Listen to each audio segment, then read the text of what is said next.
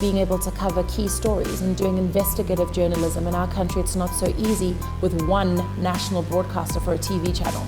I mean, how do you have one channel for an entire country? I chose broadcast because I'd always loved radio, so doing interviews on radio that were politically driven in an environment where it's not so easy to talk openly and freely kind of gave me a thrill, but also put me in a lot of trouble in a lot of ways. And then, of course, the backlash of certain interviews.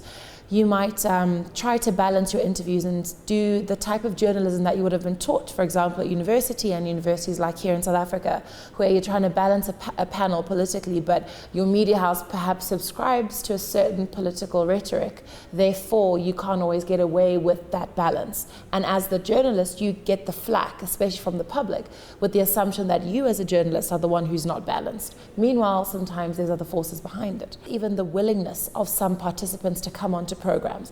And I'm not just talking about politics. You'll find that some women and some people in society aren't comfortable coming to talk about, socially awkward topics because one, they don't want their face, voice or name out there because they could be ostracized for that from the societies that they come from. The biggest challenge is accessibility of, for example, internet all over the country. You have over 200% mobile penetration, but much less internet penetration across the country, which is less than 80%, because people in the rural areas, one, don't have access to internet. If they do, two, they can't afford it. If they can, three, they don't have the device that accesses internet. They don't have a smartphone.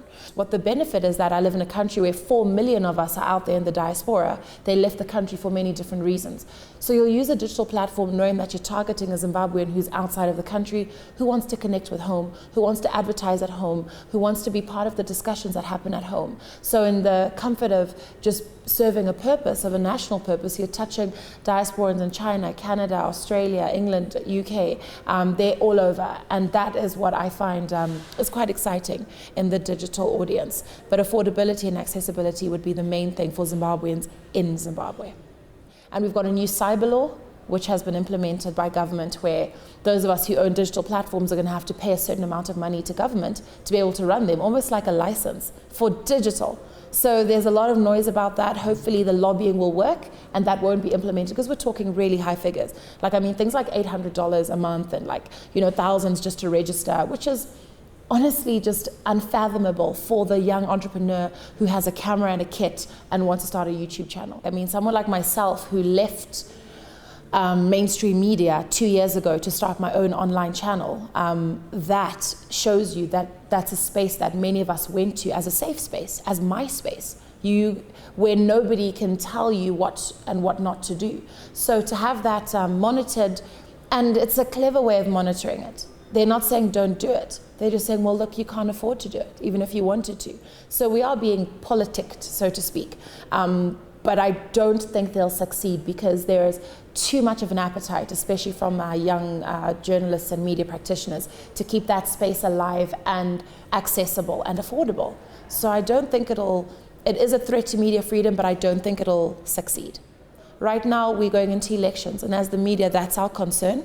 We want to know that we can talk as well as cover the elections as extensively as possible, be able to bring in all political parties on our radio stations, in our newspapers, and on our television platforms, and on our digital platforms, without facing any kind of backlash.